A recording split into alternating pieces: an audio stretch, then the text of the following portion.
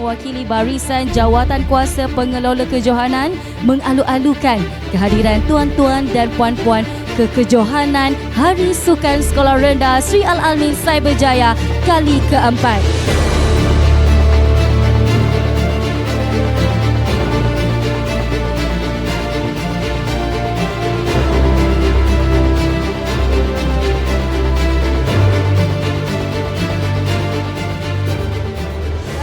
Hadirin sekalian, selari dengan tema pada tahun ini Anak Soleh Nahnu Muslihun, kita mengharap dan mendoakan agar aktiviti sukan tahunan ini memberi kesan dalam usaha mencorak karakter murid seperti mana yang termaktub dalam hadis tersebut, yakni kuat dan mampu sebagai individu muslim, membawa kebaikan, akhirnya nanti menjadi individu yang banyak memberi manfaat kepada orang lain.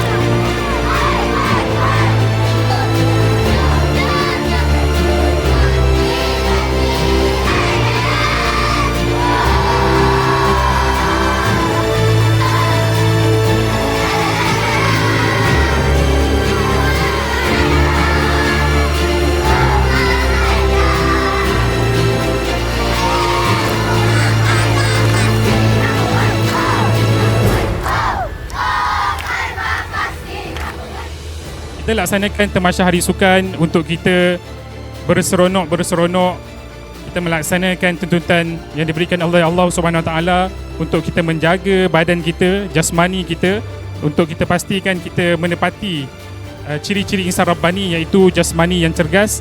Dan insya-Allah menang dan kalah adalah adat pertandingan, dan insya-Allah berikan sepenuh sokongan kepada anak-anak kita.